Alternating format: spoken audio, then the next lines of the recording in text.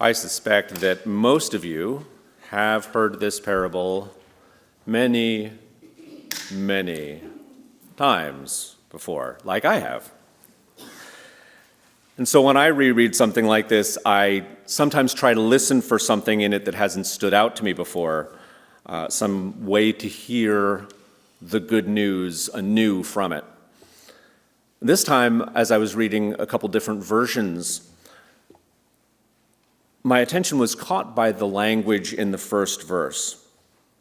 The version you heard already today translates it a bit differently, but here's another translation that I think conveys a different sense. This is from the Revised English Bible, and it starts, "Another time the tax collectors and sinners were all crowding in to listen to him, and the Pharisees and scribes began murmuring their disapproval." They were crowding in, all of them. In fact, I was amused to see that in his commentary on the Greek New Testament, Bruce Metzger has only a single note for this entire section in which he points out that the word all is missing from some of the manuscripts that have been passed down, which suggests that some of the scribes, the religious scholars themselves who were writing the transcribing this from one time to the next, may have been unhappy with the hyperbole and dropped the word all in their particular copy of it. That is, the religious scribes were not happy with the idea that all of the local sinners were in fact hanging out with Jesus. That would be unseemly, right? But I think it's safe for us to assume that it was certainly a great many outcasts, the tax collectors and sinners, who were crowding around Jesus to hear what he had to say.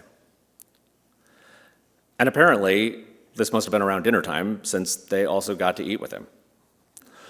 And this idea of sinners, of outcasts, crowding around, coming out from the shadows, from the outskirts where they might typically be, and crowding around Jesus, it stands out to me because simply, why? Why would an outcast feel that drawn to him? Why were these folks so attracted to what Jesus was saying that they were crowding around him? Was it just that he was willing to share his food with them? Sort of the equivalent of a church providing lunch for people who are willing to stick around for an event after service?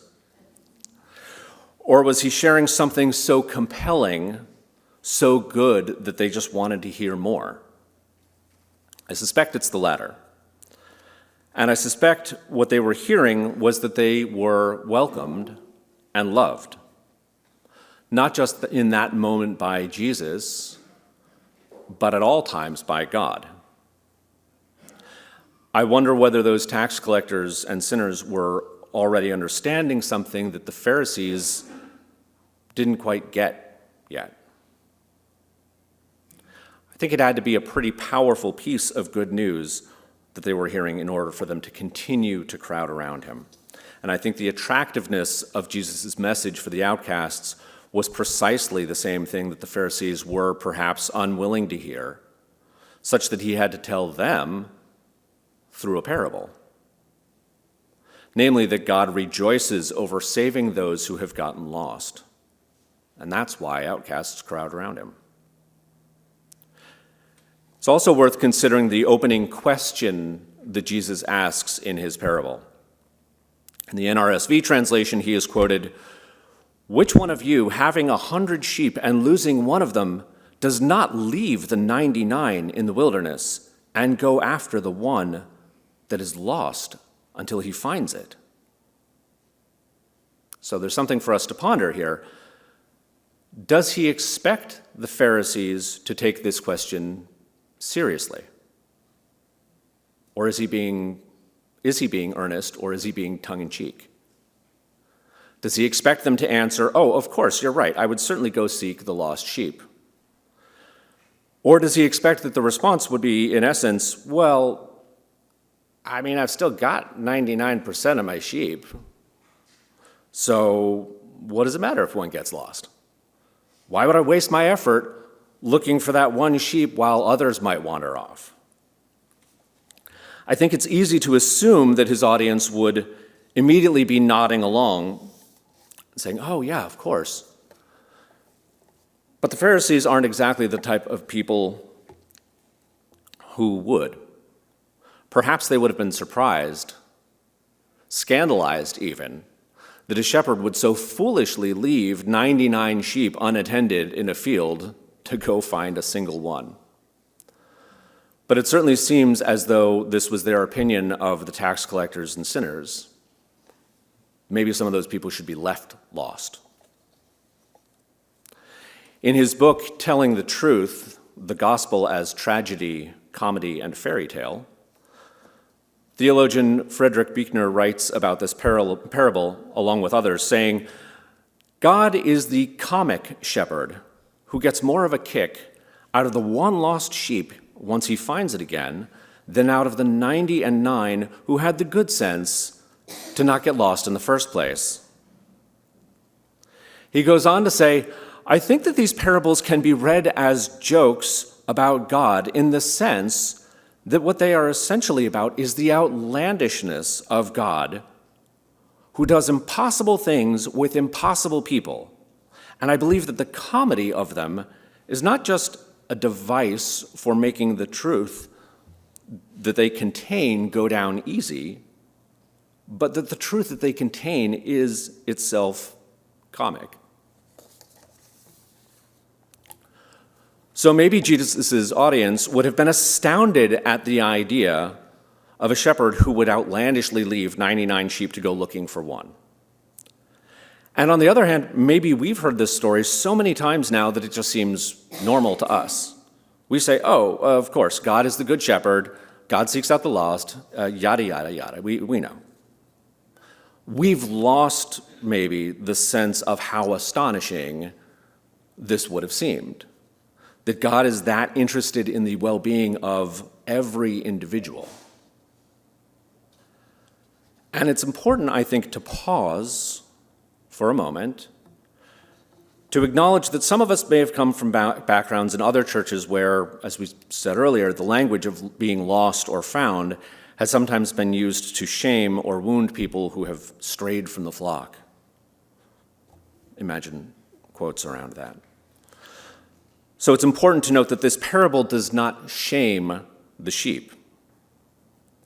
This is a story about restoration and joy rather than a tool to create an in-group and an out-group.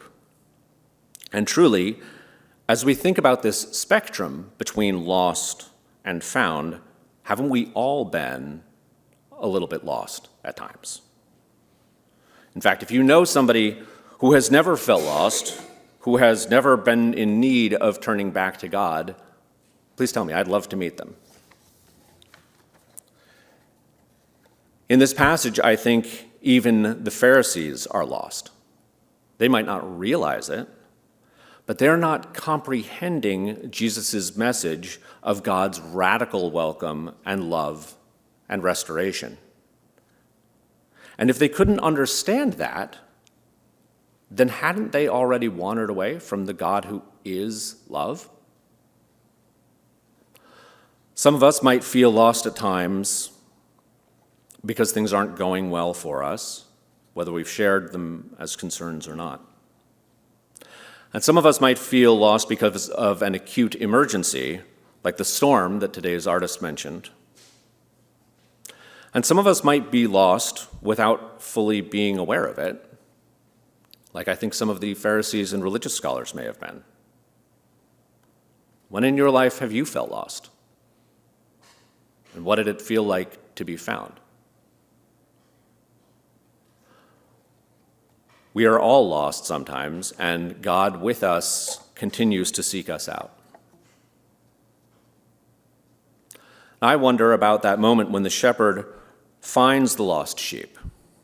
Does the sheep immediately let the shepherd pick it up and carry it? Does the sheep maybe start to run away again, maybe from fear or a desire to explore further? Does the shepherd have to keep trying to catch up to the sheep until the sheep finally tires and allows itself to be picked up? And are we sometimes like that?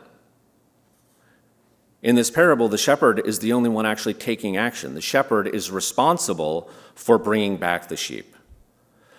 But in theory, the sheep might have continued running for quite some time. And it's only when the sheep gives in that the shepherd is able to rescue it. Could it be that sometimes we need to stop running, stop resisting, stop doubting or pushing back, and just allow God to pick us up and rescue us? The beautiful message of this parable that I think the Pharisees may not have understood, even as sinners and outcasts crowded in to hear more of it, is just this. When we're ready to stop running, God is right here with us, always seeking us. And God rejoices at the opportunity to restore us, to restore you. And that is good news. Thanks be to God.